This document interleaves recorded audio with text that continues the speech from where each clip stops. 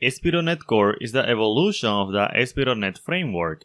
With ASP.NET Core, we can develop modern web applications ready to run in the cloud that can run on different platforms such as Windows, Linux, and macOS, that are easy to test with automatic testing, that are high performant, and of course, whose framework receives updates every year. When we talk about ASP.NET Core running in the cloud, we mean that it lends itself by default to work in high-demand environments, where horizontal and vertical scaling can occur. A horizontal scaling is when we add more servers to process information.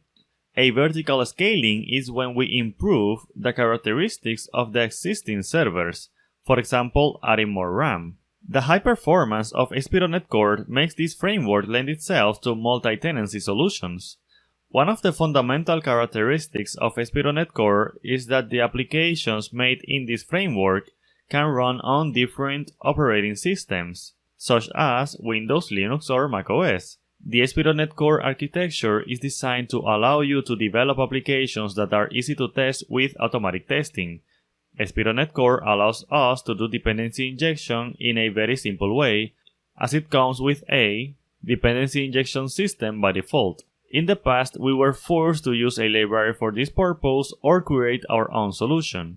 Although from .NET 5, they kind of rebranded themselves and they kind of want to drop the core, so it is called .NET 5 and not .NET Core 5. Nevertheless, ASP.NET is still called ASP.NET Core 5. So keep in mind that when I talk about .NET Core, I am also including .NET 5 and onwards. So we have .NET Core and .NET Framework. The question is, which one should you use? In general, you should use .NET Core. You should use .NET Core if you are going to create microservices, you are going to use Docker containers, you need multi-platform capabilities, you want to use a modern development framework, you need a command line to automate processes related to the development, testing, or publication of your applications in a simple way. In general, between using .NET Framework or .NET Core, you should choose .NET Core for new developments unless you have a good reason to choose .NET Framework. Some of the reasons why you should use .NET Framework are: you will use a technology which is not supported by .NET Core, such as Windows Communication Foundation or Web Forms. You need to use Windows-specific APIs. Since .NET Core is cross-platform, it does not assume the operating system where it will run.